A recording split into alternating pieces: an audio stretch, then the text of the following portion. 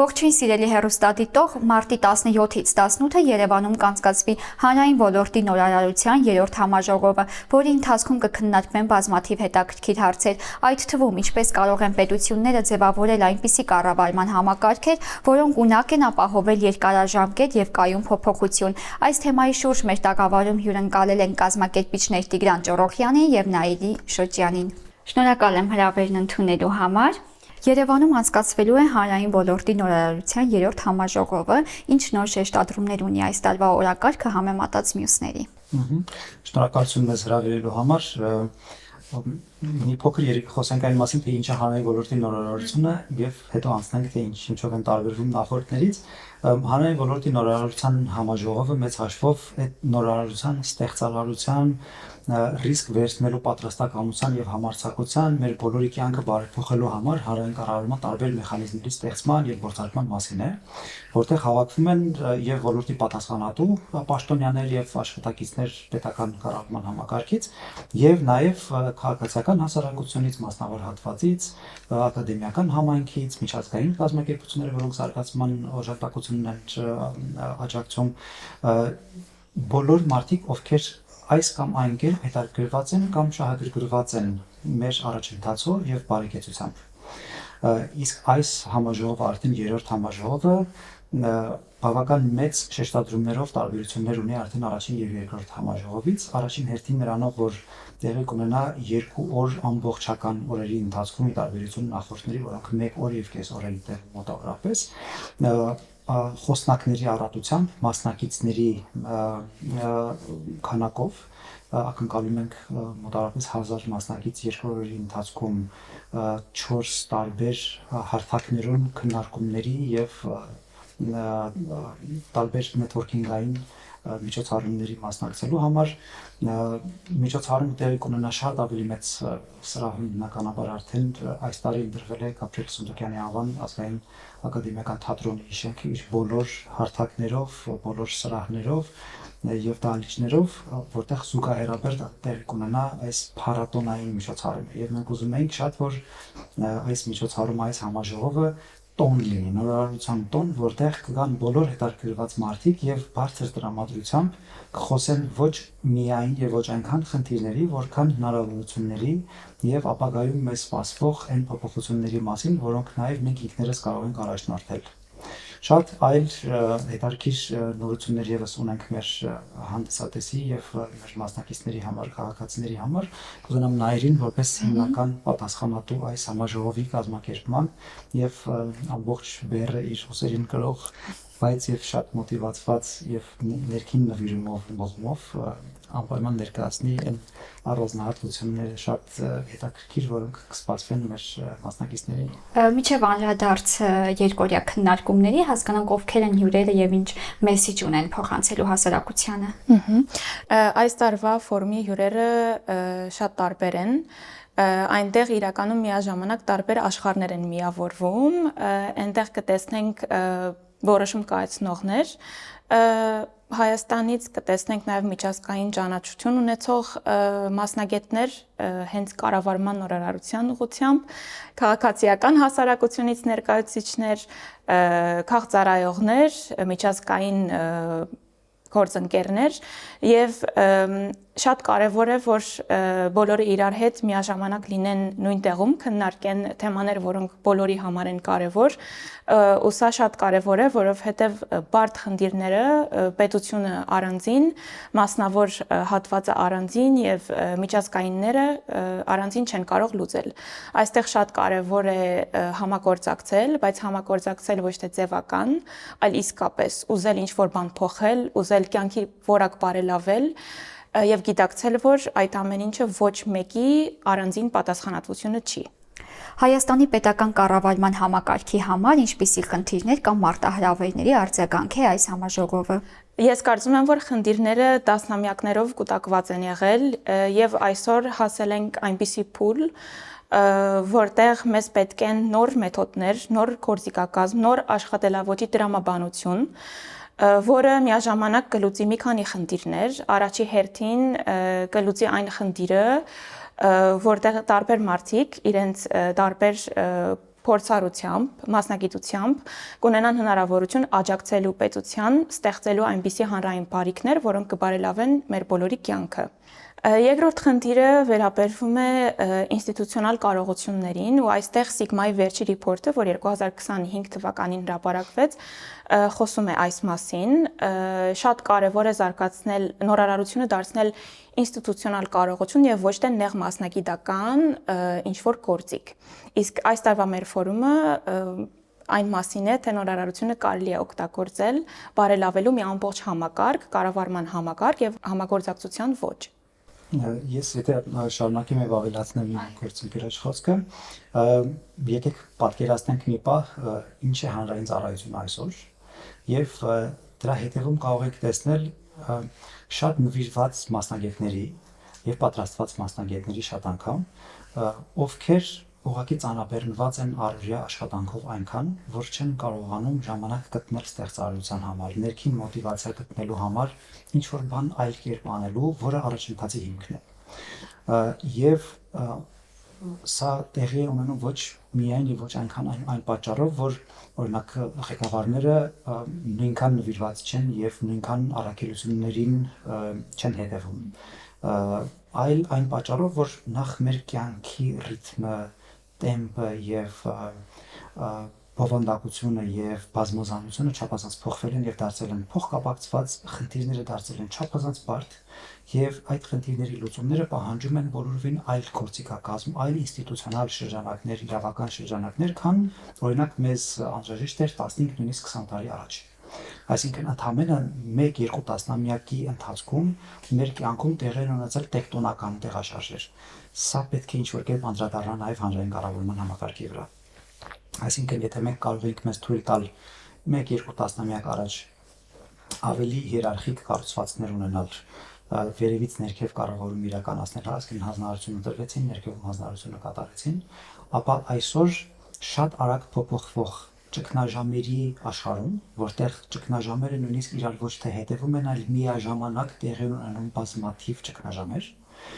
այս պարագայում մենք պետք է կարողանանք նաև համակերպվել են մտքեր, որ իշխանությունը պետք է իջնի նաև ներքև, որովհետև ներքևում են տեղի ունենում փոփոխությունները, ներքևում են մատուցվում ծառայությունները, ներքևում աշխատող մարդիկ, ներքև պարտադիր չի հասկանանք ավելի քիչ կարևոր, բայց մարդիկ, ովքեր նախկինում ունեցել են ավելի քիչ պատասխանատվություն եւ լիազորություններ։ Այսօր այդ մարդիկ կարիք ունեն ավելի շատ լիազորությունների, որտեղ իրենք են տեսնում այդ խնդիրներն ավելի լավ եւ այդ խնդիրները այնքան արագ են փոխվում, որ մինչեւ մենք խնդրի մասին տեղեկությունը հասցնում ենք վերևում կանգնած որոշում կայացնողներին, ապա խնդրի արդիականությունը եւ տեսքը փոխվում արդեն։ Հետեւաբար մենք տեղում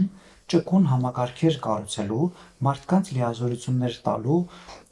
սխալվելու, փորձելու եւ թույլ տալու իրոք սխալվելու հնարավորություն պետք է տանք, որովհետեւ այլ կերպ մեր խնդիրները արագ են փոխվում եւ դրանք մնում են խորքային խնդիրներ, ինչ մենք կփորձենք վերևից ներքև կառավարում իրականացնել։ Եվ սա միայն կառավարման ինստիտուցիոնալ մասն է, այսինքն մենք խոսում ենք նաև գործիքակազմի մասին, օրինակ ակտիվայնացումը, հիմա արդեն արհեստական բանականությունը գալիս է մեզ օգնելու այլ կերպ, այլ արագությամբ եւ այլ մասշտաբով դիտարկելու մեր ունեցած տեղեկությունները խնդրի մասին, ավելի խորը պատկերացումներ ենք կազմում դրա մասին եւ արժի կառավարման համակարգերը դարձնել այնքան ադապտիվ, որ արագ վերցնենք դրանք օգտագործելու համար։ Ես կուզեմ ավելացնել կամ շեշտել, որ մեր այս տարվա ֆորումի նոր բաղադրիչներից է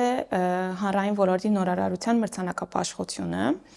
Շատ կարևոր է, որովհետև ինչքան էլ մենք ասում ենք, որ ռազմավարությունները, քաղաքականությունները, մեխանիզմները, գործիքակազմը շատ կարևոր են փոփոխությունների համար,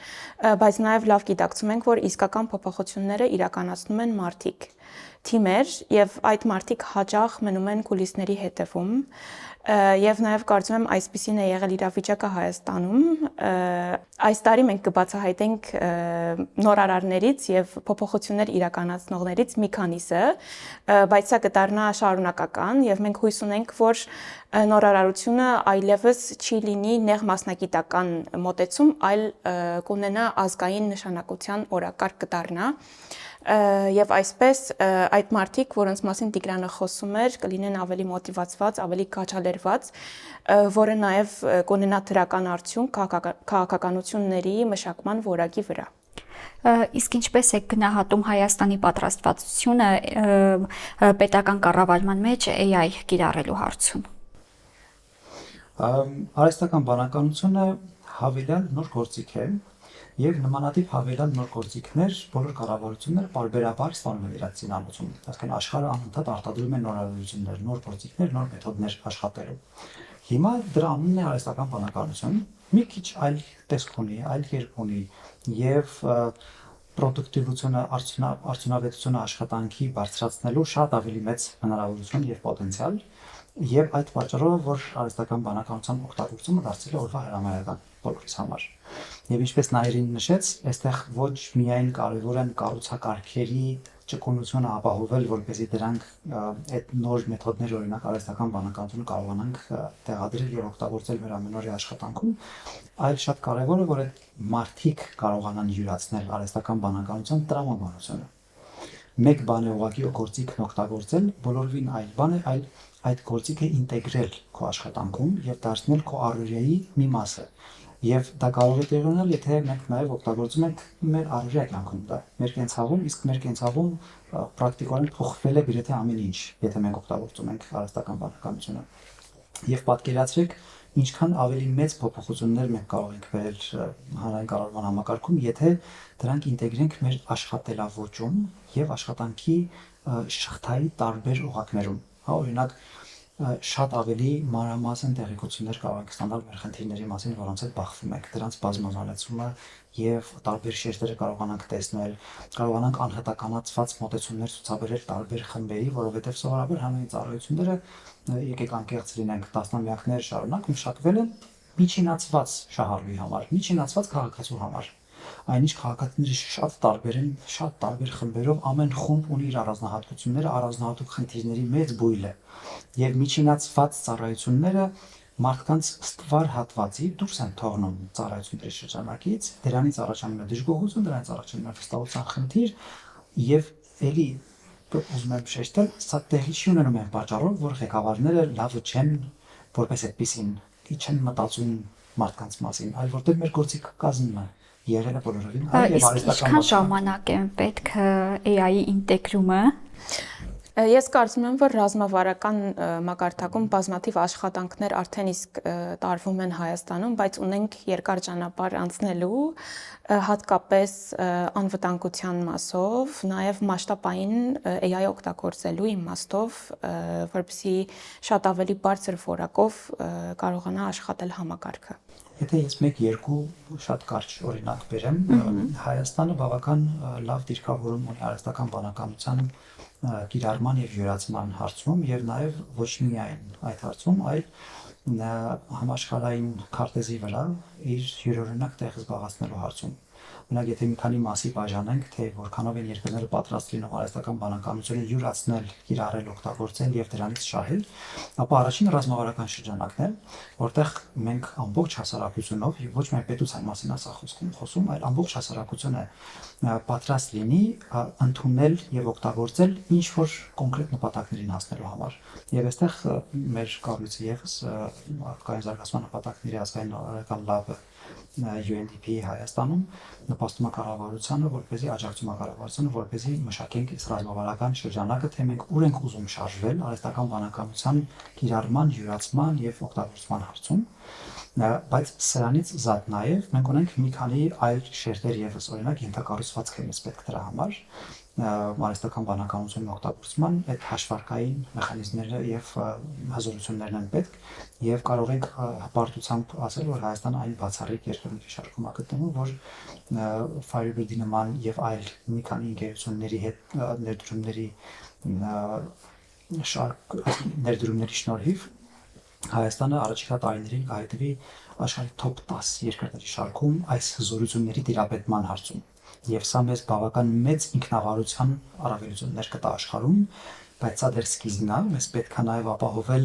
բավարար տվյալներ, տվյալների վերլուծական կարողություններ, այդ տվյալների վերլուծության արդյունքներն օգտագործելու, կիրառելու կյանքում կարողություններ, օրինակ կառավարությունում, եւ շատ կարևոր է նաև մարդկային կապիտալի վրա ներդրում կատարել, օրինակ մասսայական կրթություն ապահովել, որպեսզի յուրաքանչյուր քաղաքացի եւ բնակիչ Հայաստանում կարողանա տիրապետել արհեստական բանականության առնվազն էլեմենտար գործիքների։ Եվ դրա վրա արդեն շերտերով նստացնենք մեր հետագա հաջողությունները եւ ավելի տաղանդների պատրաստման վրա ներդրում կատարենք։ Բայց արդյոք հնարավոր է մասսայական կրթություն ապահովել Հայաստանում։ Իրականում ձեր հարցը մեր ֆորումի քննարկումների օրակարգի մաս է կազմում։ Մենք ունենք մի հատ panel քննարկում հենց այն մասին, թե ինչպես կարելի է ապահովել մասսայական գրագիտություն ոչ միայն AI-ով, բայց նաև AI-ով, եւ հույս ունենք, որ այնտեղից կձևավորվեն հետաքրքիր օրակարգեր եւ մենք կարողանանք հաջորդ քայլերը նախագծել ֆորումից հետո։ Եվ այստեղ եւս մենք նորարարության կարիք ունենք, որովհետեւ փաստացի Հայաստանում մասսայական կրթության, լայնամասշտաբ կրթության միակ մեխանիզմը դպրոցն է։ Բայց դպրոցը շատ կոնկրետ տարիքի երեխաների համար նախատեսված եւ այնտեղ մենք չափահասների կրթություն չենք իրականացնում, այնինչ ժամանակակից աշխարհում տեսնում ենք, որ օրինակ նույն արհեստական բանականության պարագայում մեզ անհրաժեշտ է չափահասների կրթություն ապահովել։ Բայց մեխանիզմները դեռ չունենք, թե ինչպես ենք մենք 3 միլիոն մարդու համար Հայաստանում ապահովելու կրթություն կարճ ժամանակում շատ կոնկրետ ուղղվածությամբ, որտեղ արհեստական բանականությունից հետո գալու է եւս մեկ նմանատիպ հեղափոխական նորարարություն, եւ մենք պիտի ստիպված եւս մեկ անգամ անցնենք այս process-ով եւ դա լինի անընդհատ ու շարունակական։ Հետեւաբար այո, կարիք ունենք շատ կարեւոր հարց եք տալիս, կարիք ունենք հասկանալու թե ինչպիսին պետք է լինի այդ մասսայական կրթության մեխանիզմը Հայաստանում, ինչ դերակատարներով, ինչ ֆիզիկական միջավայրում կամ միգուցե առցանց միջավայրում պիտի տեղի ունենա։ Այս հարցերն են նաև իդիվս այլ հարցերի հանդիսանալու այն ֆոկուսներից մեկը ֆորումի համաժողովի, որ մենք առաջիկայում կունենանք։ Օրակարգում անդրադարձ կա նաև քաղաքականությունների մշակման եւ իրականացման միջև առկա բացին։ Այս հարցը հաճախ հնչում է տարբեր հարթակներում, նաև կառավարության նիստերում։ Ըստ ձեզ Հայաստանում ինչու են հաճախ քաղաքականությունները մնում թղթի վրա եւ ինչպես կարելի է հաղթահարել այս խնդիրը։ Ես կարծում եմ, որ քաղաքականությունների ցախողումը հաճախ սկսվում է հենց մշակման փուլից, որովհետև դիզայնի, այսպես ասած, իրականացման դիզայնը եւ դրա ճարտարապետությունը, երբ որ չի լինում մարդակենտրոն, մասնակցային, շատ անգամ քաղաքականությունը մշակողները բաց են թողնում բազմաթիվ փաստեր, փորձառություններ, որոնք կարող են մասնակցայնությամբ հաճախ քննարկումներ ունենալով շահառու խմբերի հետ, մասնագետների հետ, մասնավոր հատվածի հետ կկարողան ավելի լավ պատկերացում ունենալ, թե ինչպես պետք է մշակել քաղաքականություններ, որոնք իրականացվեն եւ ոչ թե կմնան թղթի վրա։ Իսկ երկրորդ կարևոր գործոնը մոնիթորինգն է եւ վերահսկողությունը։ Նույնքան կարևոր են, որովհետև իրենք ստեղծում են սովորելու հնարավորություն։ Պետությունը պետք է իմանա, պետք է կարողանա իմանալ արդյոք իր քաղաքականությունները հաջողվում են, թե չէ, եւ պետք է իմանա ոչ թե ցախողումից հետո, այլ դրանից առաջ։ Ինչքան էլ հնչի տարօրինակ, կա հնարավորություն այդպես անելու, եթե մենք մոտենում ենք քաղաքականությունների մշակման որպես փորձարկում։ Եթե շարունակեմ, շատ կարևոր տեղում ավարտեցնային փորձարկումների մշակույթի եւ դրա ենթակառուցվածքի մասին։ Կառավարությունները սովորաբար իրավունք չեն ունենում նմանատիպ արտոնություն արտապատվիրակելու իրենց ռիսկերը։ Դիտավորություն օրինակ մասնավոր հատվածի, որ կարող է վերցնել մեկ այլ կազմակերպության բարձրացրել արտապատվիրակել որոշակի ծառայություններ, կառավարությունները պատասխանատու են ամբողջ բնակչության բարեկեցության համար, առողջապահության, կրթության, սոցիալական պաշտպանության եւ շատ այլ օրակարգերի համար։